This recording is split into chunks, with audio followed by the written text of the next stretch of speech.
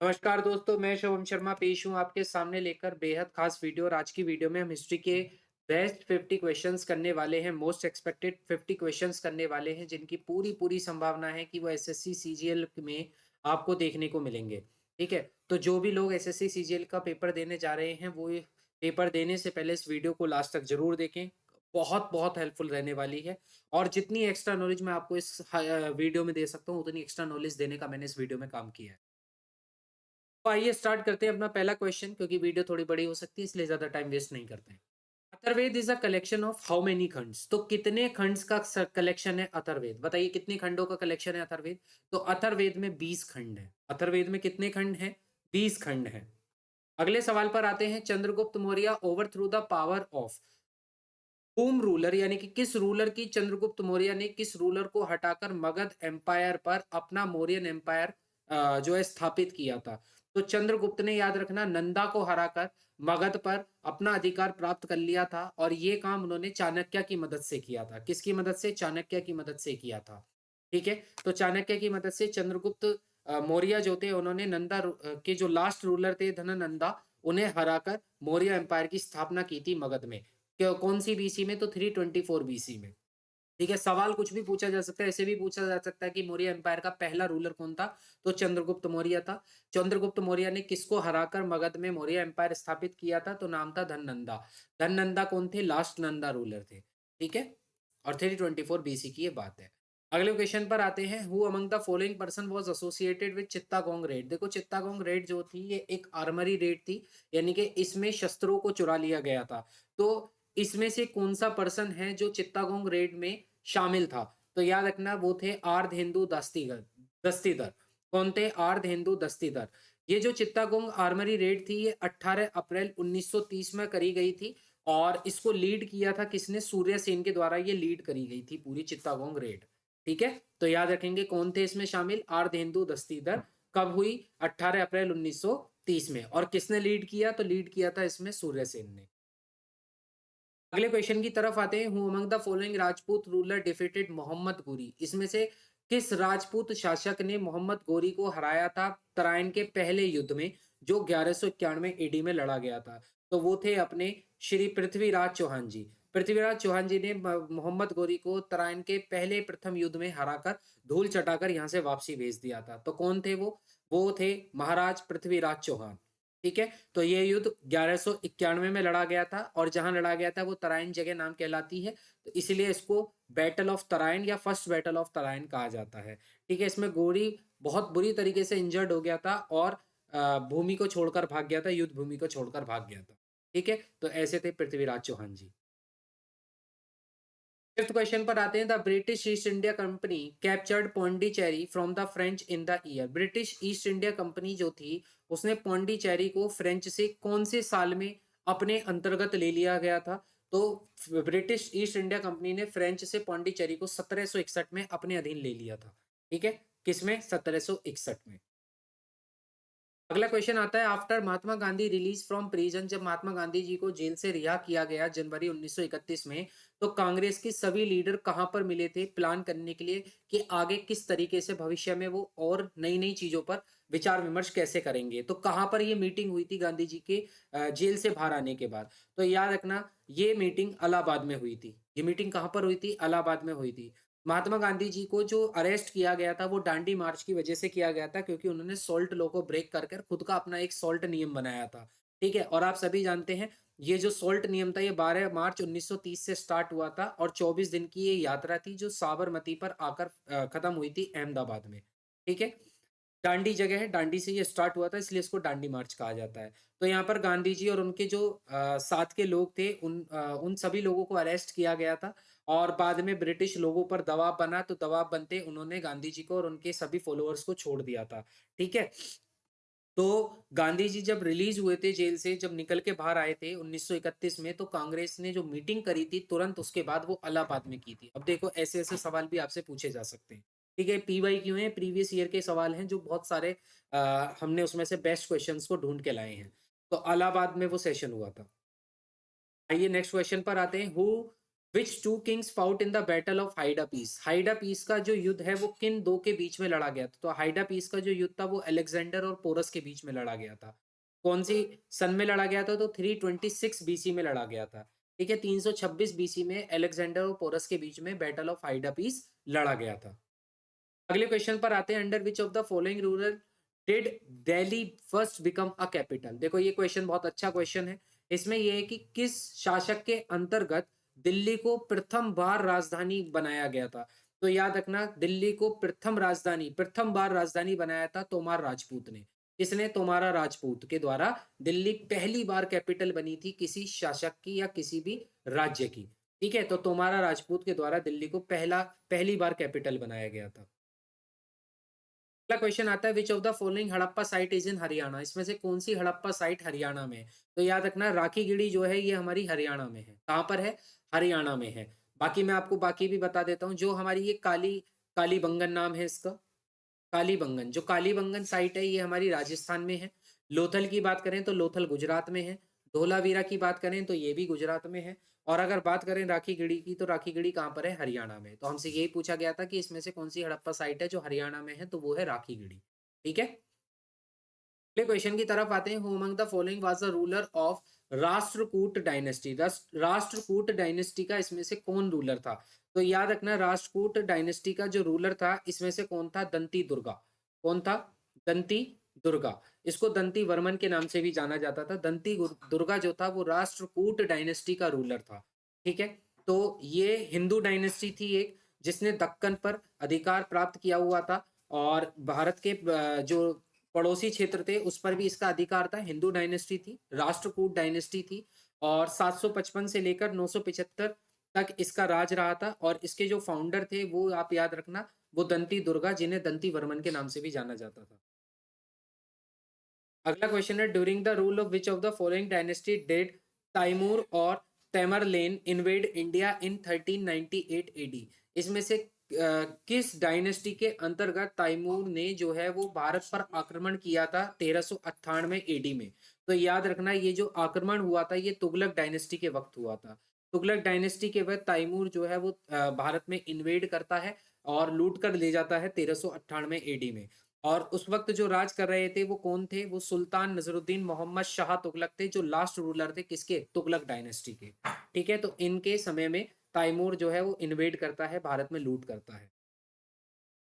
अगला क्वेश्चन आता है, which of the following revolutionaries were arrested by British as an accused in Alipore bomb conspiracy case. Alipore bomb conspiracy case में Britishers के द्वारा किसको अरेस्ट किया गया था? तो याद रखना, खुदीराम बोस जी को यहाँ पर अरेस्ट किया गया था। ये क्या था? इसमें ये था कि 1908 में एक रेवोल्यूशनरी यानी कि क्रांतिकारी एक षड्यंत्र के तहत जो चीफ थे presidency magistrate DH Kingsford, उनको मारने के लिए बम फेंका गया था, जिसमें हालांकि वो तो बच गए थे लेकिन उनके जो सह संयोजक थे वो उसमें मारे गए थे। दो ब्रिटिशर्स लेडीज भी इस अटैक में मारी गई थी। तो इसके जो जिन्होंने ये किया था उसमें एक तो प्रफुल्ल चकी थे, जिन्होंने इसी के तुरंत बाद सुसाइड कर लिया था। और पुलिस ने जिसको अरेस्ट किया था वो थे खुदीराम बोस। तो खुदीराम बोस को इसमें अरेस्ट कर लिया गया था और प्रफुल्ल चाकी जो थे उन्होंने इसमें सुसाइड कर लिया था। ठीक है, तो अलीपुर बॉम्ब कॉन्स्पिरेसी केस में खुदीराम बोस को अरेस्ट किया गया था ब्रिटिश पुलिस के द्वारा। के बाद आपसे अगला क्वेश्चन पूछा गया है कि what was the first name of Mughal emperor Babur. Babur का पहला नाम क्या था? यानी कि बाबर को, बाबर नाम तो उसको बाद में दिया गया है, उससे पहले उसका नाम क्या था? तो उससे पहले उसे गयासुद्दीन बाबर कहा जाता था। क्या कहा जाता था? गयासुद्दीन। ठीक है, what was the age in year of revolutionary Bhagat Singh when he was hang till death. यानी कि किस एज में सरदार भगत सिंह, वीर भगत सिंह जी जो हैं वो फांसी के फंदे पर झूल गए थे? तो वो 23 एज में, यानी कि मात्र 23 साल की उम्र में भगत सिंह जो है वो फांसी पर झूल गए थे, फांसी के फंदे पर झूल गए थे। अगला क्वेश्चन है, in which of the following year was the civil disobedience campaign completely ceased. किस साल में सिविल डिसोबीडियंस मूवमेंट को कंप्लीटली वापस ले लिया गया? तो याद रखना, गांधी इरविन पैक्ट के बाद इसको वापस ले लिया गया था 1934 में। 1934 में सिविल डिसोबीडियंस मूवमेंट को वापसी ले लिया था, जिससे लोग बाग बहुत नाराज भी हुए थे गांधी जी से। ठीक है, उसके बाद अगला क्वेश्चन आता है, king Lalitaditya Muktapida ruled over. इसमें से जो राजा ललिता आदित्य मुक्तापीड़ा थे उन्होंने किस पर शासन किया था? तो याद रखना कश्मीर पर उन्होंने शासन किया था। किस पर किया था? कश्मीर पर उन्होंने शासन किया था। नाम क्या था? ललित आदित्य मुक्तपीड़ा। अगला क्वेश्चन आता है, which of the following event occurred first during the Indian national movement? Indian national movement यानी कि भारत में जो राष्ट्रवाद की जो भावना थी, वो पहले किस मूवमेंट के तहत उनके अंदर ज्वलित हुई या उनके अंदर जगी? तो याद रखना ये हुआ था पार्टीशन ऑफ बंगाल के वक्त, जब लॉर्ड कर्जन था, लॉर्ड कर्जन के वक्त ये पार्टीशन ऑफ बंगाल हुआ था 1905 के समय में। तो उस समय पहली बार नेशनल मूवमेंट आपके देखने को मिले भारत के विभिन्न विभिन्न क्षेत्रों में। ठीक है, उसके बाद अगला आता है दंती दुर्गा। अभी हमने इसकी बात करी थी। तो दंती दुर्गा जो थे, उन्होंने अपनी कैपिटल बनाई थी मालखेड़ में। तो वो किसके रूलर थे? तो अभी हमने बताया थी ये हिंदू डायनेस्टी थी। राष्ट्रकूट रूलर कौन थे? राष्ट्रकूट के रूलर थे दंती दुर्गा, जिन्हें दंती वर्मन के नाम से भी जाना जाता था। अगला क्वेश्चन आता है, in Rigveda there is a hymn in the form of dialogue between sage Vishwamitra and two rivers that were worshipped as goddess. Rigveda में कुछ मंत्रों का जो उच्चारण है वो विश्वामित्र और दो नदियों के बीच में एज अ गॉडेस यानी कि उन्हें देवियां मानकर उनकी पूजा की जाती थी। तो वो कौन सी दो नदियां थी? तो याद रखना ब्यास और सतलज, दोनों नदियों को गॉडेस के समान रूप से माना जाता था ऋग्वेद में, ब्यास और सतलज को। ठीक है, अगला क्वेश्चन आता है, which of the following legislation out to allow senior Indian magistrate to preside over involving British subjects in India? इसमें से किस बिल के अंतर्गत इंडियन मजिस्ट्रेट को भी प्रेसाइड करने की शक्ति दी गई थी ब्रिटिश के जो बनाए हुए सब्जेक्ट थे उन पर? तो ये बिल था एल्बर्ट बिल। एल्बर्ट बिल कब लागू हुआ? 1884 में इसको लागू कर दिया गया। ठीक है, हालांकि प्रपोज ये 1883 में हुआ था, लागू ये 1884 में हुआ था। नाम था एल्बर्ट बिल। इसके तहत इंडियन मजिस्ट्रेट जो थे वो ब्रिटिश सब्जेक्ट पर भी चर्चा कर सकते थे। अगला क्वेश्चन आता है, who among the following freedom fighter hoisted the Indian flag at the Golia Gowalia tank Maidan in Mumbai during the quit India movement? Quit India movement 1942 में स्टार्ट हुआ, भारत छोड़ो आंदोलन। इसमें भारत का जो झंडा था उसको ग्वालियर टैंक मैदान में मुंबई में फहराया गया। किसके द्वारा इसको फहराया गया था? तो याद रखना अरुणा असफ अली के द्वारा। अरुणा असफ अली के द्वारा इसको फहराया गया था। ठीक है, अगला क्वेश्चन है, who among the following defeated Harshvardhan? इसमें से किसने हर्षवर्धन को हराया when he invaded Chalukya kingdom in the Deccan? यानी कि हर्षवर्धन ने इसमें से किसको हराया था जब वो व्यक्ति इन्वेड करता है दक्कन में चालुक्य किंगडम में? तो किसको हराया था? तो वो थे Pulakeshin two. Pulakeshin two defeated Harshavardhana. Pulakeshin ने हर्षवर्धन को 618 में बीसी में हराकर, he was the most famous ruler of Chalukya dynasty. वो चालुक्य डायनेस्टी के बहुत ही फेमस रूलर माने जाते हैं। ठीक है, और इनके ही समय में चालुक्य और जो था उनका किंगडम वो दक्कन में बढ़ता चला गया। ठीक है, तो हर्षवर्धन को किसने हराया था? पुलाकेसिन टू ने हराया था। क्वेश्चन आता है, during the role of which dynasty were Nalanda and Vikramshila universities founded? यानी कि किसके डायनेस्टी के समय में नालंदा और विक्रमशिला यूनिवर्सिटीज को स्थापित किया गया था? तो आपको याद रखना है कौन सी डायनेस्टी के समय में ये हुआ? पाला डायनेस्टी। पाला डायनेस्टी के समय में जो है विक्रमशिला और नालंदा यूनिवर्सिटी को स्थापित किया गया। अगला आता है, the Mesopotamia road on tablets made of. जो मेसोपोटामिया जो लैंग्वेज है वो जिस टेबलेट्स पर लिखी गई है वो किसकी बनी हुई है? तो वो आपकी किले की बनी हुई है। किसकी बनी हुई है? किले की बनी हुई है। 25th क्वेश्चन पर आते हैं, ऑन 21 अक्टूबर 1943 सुभाष चंद्र बोस जो है वो फॉर्मेशन करते हैं एक प्रोविजनल गवर्नमेंट की, फ्री इंडिया की यानी कि स्वतंत्र भारत की। कहाँ पर करते हैं? तो याद रखना ये जो फॉर्मेशन की जाती है सुभाष चंद्र बोस जी के द्वारा provisional government of free India की, ये करी जाती है सिंगापुर में। कहाँ पर की जाती है? सिंगापुर में। और यही बाद में आजाद हिंद फौज के नाम से भी जानी जाती है। 27th क्वेश्चन है, किंग अजात शत्रु was the ruler of which dynasty? किस डायनेस्टी के किंग अजात शत्रु जो थे वो रूलर थे? तो वो हरियंका के रूलर थे। किसके? हरियंका डायनेस्टी से बिलोंग करते हैं। ठीक है, और वो किसके लड़के थे? तो वो बिंबसार के लड़के थे। और ये जो समकालीन थे यानी कि इनके समय में महावीर और गौतम बुद्ध दोनों के ये समकालीन थे अजात शत्रु। तो अजात शत्रु कौन सी डायनेस्टी से बिलोंग करते हैं? हरियंका डायनेस्टी से बिलोंग करते हैं। और किसके लड़के थे? बिंबसार के लड़के थे। अगला क्वेश्चन आता है, which of the following party supported the move for partition of Bengal? इसमें से जो पार्टीशन ऑफ बंगाल हुआ था जिसके तहत हिंदू मुस्लिमों को बांटने का काम किया था लॉर्ड कर्जन ने। तो इसमें किस पार्टी ने इस मूवमेंट को सपोर्ट किया था? तो याद रखना, इसको सपोर्ट किया था ऑल इंडिया मुस्लिम लीग ने। ऑल इंडिया मुस्लिम लीग जो 1906 में बनी, जिसको अध्यक्षता किसने करी? तो जिन्ना ने करी। ठीक है, जिसने बाद में एक नया देश पाकिस्तान भी इसमें बना दिया। ठीक है, तो ऑल इंडिया मुस्लिम लीग ने पार्टीशन ऑफ बंगाल को सपोर्ट किया था, बाकी किसी ने नहीं किया था। उसके बाद अगला क्वेश्चन आता है, which of the following warrants was responsible for protecting people and administrating justice in ancient India as per rules laid down by धर्म सूत्रास एंड धर्म शस्त्र? इसके तहत जो है प्रोटेक्टिंग करना पीपल्स को और उनके खिलाफ न्याय की बात करना एंशियंट इंडिया में कहां पर आपको देखने को मिलता है? तो ये काम होता था क्षत्रिय के द्वारा। इसके द्वारा क्षत्रिय के द्वारा ऐसा काम किया जाता था। अगला क्वेश्चन हमारे पास आता है कि इसमें से जो दिल्ली सल्तनत में जो कुछ एडमिनिस्ट्रेशन डिपार्टमेंट बनाए गए थे, उसमें से कौन सा डिपार्टमेंट था जो स्टेट कोरस्पोंडेंस से था, यानी कि एक राज्य की दूसरे राज्य से वार्ता के लिए बनाया गया था? तो देखिए उसका नाम था दीवाने इंशा। क्या नाम था? दीवाने इंशा। और यहाँ पर मैंने सारे डिपार्टमेंट लिख दिए हैं, आप इसको आराम से पढ़ सकते हैं। और जो स्टेट कोरस्पोंडेंस के लिए था वो कौन था? दीवाने इंशा। अगला क्वेश्चन आता है, Chandannagar was established as a French colony. Chandannagar जो है वो एक फ्रेंच कॉलोनी के रूप में एस्टेब्लिश्ड होती है 1673 में। और इसको परमिशन कहाँ से मिलती है? उस वक्त नवाब ऑफ बंगाल, यानी कि उस वक्त कौन से नवाब ऑफ बंगाल से इसको परमिशन मिलती है कि ये ट्रेड कर सकती है हुगली रिवर पर? तो इसको जो इजाजत मिलती है, उस वक्त के बंगाल के कौन नवाब थे? इब्राहिम खान। कौन नवाब थे उस समय? इब्राहिम खान। अगला क्वेश्चन आता है, इसमें से करेक्ट इवेंट बताइए, कौन सा ऐसा इवेंट है जो 1919 से पहले हुआ था? देखिए आपको पता है 1915 में गांधी जी आए थे, 1916 में उन्होंने एक साल पूरा भ्रमण किया, और उसके बाद 1917, 1918 और 1919 में 3 आंदोलन किए गए। कौन? चंपारण किया गया, खेड़ा सत्याग्रह किया गया, ठीक है, सॉरी अहमदाबाद मील स्ट्राइक किया गया, और उसके बाद खेड़ा सत्याग्रह किया गया। तो 1919 से पहले कौन सा इसमें इंसिडेंट हुआ था? देखो गांधी इरविन पैक्ट नहीं हुआ था, क्योंकि गांधी इरविन पैक्ट जो था ये हमारा कब हुआ था? 1931 में हुआ था। कब हुआ था? 1931 में, जिसके बाद 1934 में गांधी जी ने सिविल डिसोबीडियंस मूवमेंट को वापस भी ले लिया था। चोरी चोरा इंसिडेंट की वजह से ऐसा हुआ था। तो चोरी चोरा इंसिडेंट भी कब था? चोरी चोरा इंसिडेंट हुआ था 1922 में। ठीक है, बात करें लाहौर सेशन की, तो लाहौर सेशन 1929 पर, जब रावी नदी पर जवाहरलाल नेहरू जी के द्वारा पहली बार झंडा फहराकर पूर्ण स्वराज की घोषणा की गई।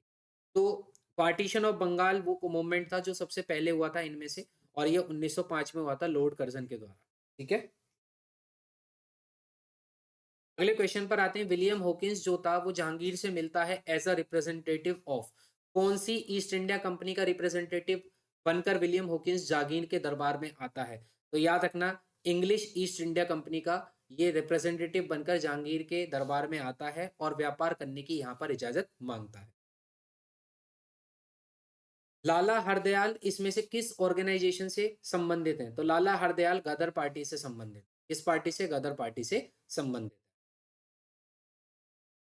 अगला क्वेश्चन है, after the death of Shri गुरु गोविंद सिंह जो सिख थे उनका किसके प्रति रिवोल्ट रहा था बंदा बहादुर की लीडरशिप में?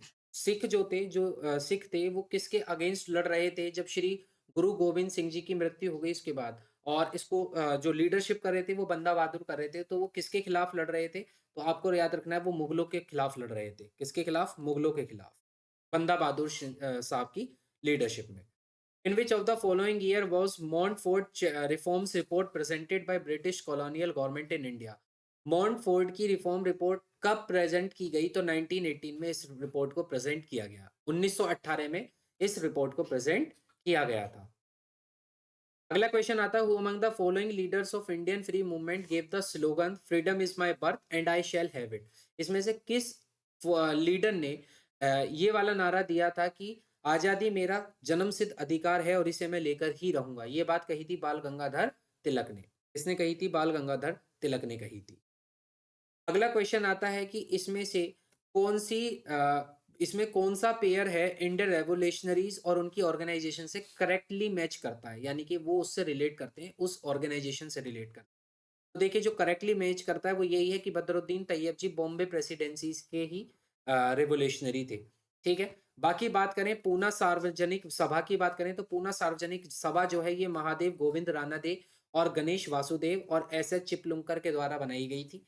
बात करें मद्रास महाजन सभा की तो इसको रामास्वामी और पी आनंद चरलू के द्वारा बनाया गया था। और बात करें ईस्ट इंडिया एसोसिएशन की तो इसको दादा भाई नौरोजी के द्वारा बनाया गया था। अगला क्वेश्चन आता है, in which of the following year Motilal Nehru along with 8 other Congress leaders drafted a constitution for India. इस साल में मोतीलाल नेहरू और 8 अदर कांग्रेस के लोगों ने मिलकर कॉन्स्टिट्यूशन, जो संविधान है भारत का, उसका ड्राफ्ट तैयार किया था। तो 1928 में। कब तैयार किया था? 1928 में।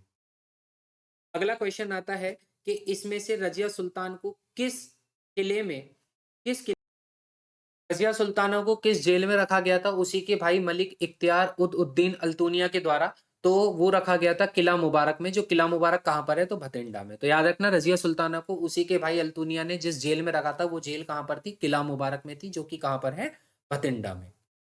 अगला क्वेश्चन आता है कि इंडियन आर्मी ने गोवा को पुर्तगालों से किस साल में आजाद किया था? तो ये 1961 में आजाद किया था। और गोवा से रिलेटेड हम एक बात और जानते हैं कि गोवा पहला ऐसा राज्य है जहां आर्टिकल 44 लागू है, यानी कि यूनिफॉर्म सिविल कोड लागू है। और यूनिफॉर्म सिविल कोड में ऑलरेडी आपको बता चुका हूं कि यूनिफॉर्म सिविल कोड का मतलब होता है कि सभी को, चाहे कितने ही कानून हो, लेकिन सभी को एक ही कानून के अंतर्गत ला देना। यानी कि चाहे कोई भी किसी भी जात का हो, धर्म का हो, कोई मजहब का, इसमें कोई भेद नहीं है। सभी को एक ही कानून के अंतर्गत लाना ही यूनिफॉर्म सिविल कोड है, जो कि राज्य का नीति निदेशक तत्व है। इसको राज्य के ऊपर छोड़ दिया जाता है। राज्य चाहे तो लागू कर सकता है और चाहे तो नहीं लागू कर सकता। ठीक है, तो गोवा पहला ऐसा राज्य है जिसने आर्टिकल 44 लागू किया।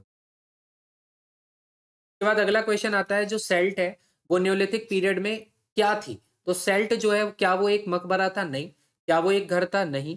क्या वो एक औजार था? तो हाँ, वो एक औजार था। सेल्ट एक तरह का औजार था जिससे शार्प किए जाते थे एजेस को। ठीक है, धार बनाने के लिए इस्तेमाल किया जाता था सेल्ट का। अगला क्वेश्चन आता है कि आईने अकबरी में अब्दुल फजी के द्वारा जो गज की बात करी गई है, उस गज को इक्वल पार्ट्सों में जो डिवाइड किया गया है, वो हर एक पार्ट को क्या कहा जाता था? तो देखो कितने पार्टों में डिवाइड किया जाता था हर गज को। तो एक गज 24 इक्वल पार्टों में डिवाइड होता था। और हर पार्ट को तस्सुज कहा जाता था। क्या कहा जाता था? तस्सुज कहा जाता था।